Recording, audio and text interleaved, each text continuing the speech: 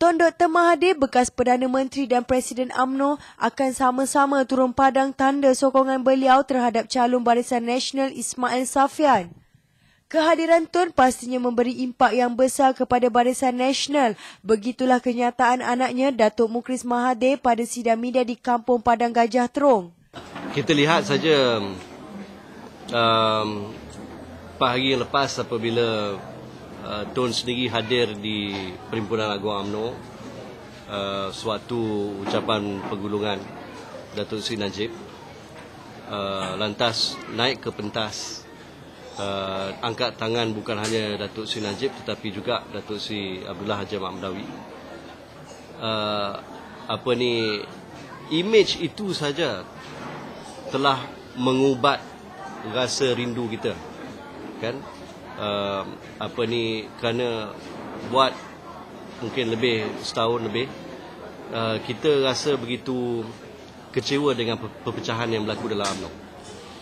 Tetapi apabila kita lihat kehadiran dia, kemudian naik pula atas pentas bersama dengan kepimpinan yang terbaru dalam UMNO, maka kita rasa terubat, kan? Dan kita rasa begitu bersemangat untuk mengusahakan kejayaan UMNO Barisan Nasional di kedua-dua kawasan di belah Semenanjung ini.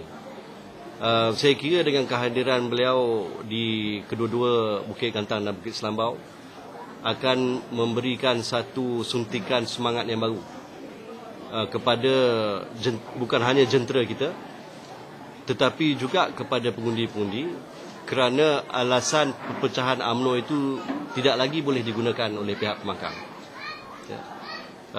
Kita sebenarnya, saya ingat di hati kecil kita mahukan supaya rakyat kita bersatu.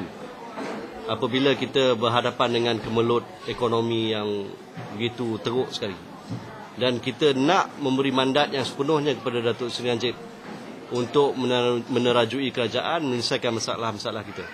Jadi inilah peluang yang terbaik bagi pengundi-pengundi di dua kawasan ini, dan yang ketiganya sekali dengan Batang Air di Sarawak, untuk menunjukkan keyakinan dan kepercayaan kita kepada kepimpinan yang baru ini, sekaligus memimpin negara kita dengan baik. Jadi saya yakin dan percaya kehadiran Tun Dr. Mahathir di dua kawasan ini akan memberi satu impak positif kepada keputusan pilihan raya. Menyentuh komen pembangkang yang menyatakan Dr. Mahathir tidak tetap pendiriannya, beliau berkata, saya ingat dulu waktu di Pematang Pau dan juga di Kuala Terengganu, begitu banyak sekali kain-kain rentang yang dipasang oleh pihak pembangkang, mengungkit-ungkitkan hakikat bahawa Tun keluar daripada UMNO. Jadi sekarang ni bila dia dah nak masuk balik UMNO, yang itu pun salah katanya. Jadi yang mana yang betul ni?